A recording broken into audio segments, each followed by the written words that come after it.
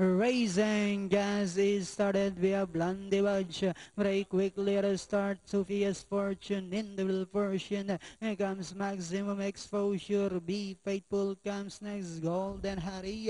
While Majestic Queen is the early trailer run going along for the first turn. We have Sophia's Fortune by about 2 lengths. Maximum Exposure in second. Golden Harry. Be Faithful moving up Blondie Budge while Majestic Queen is still racing last half-mile distance they traveled. We have Sophia's Fortune by about 2 lengths. Maximum Exposure, Blondie Budge now moving up on the outside. Golden Harris racing in third.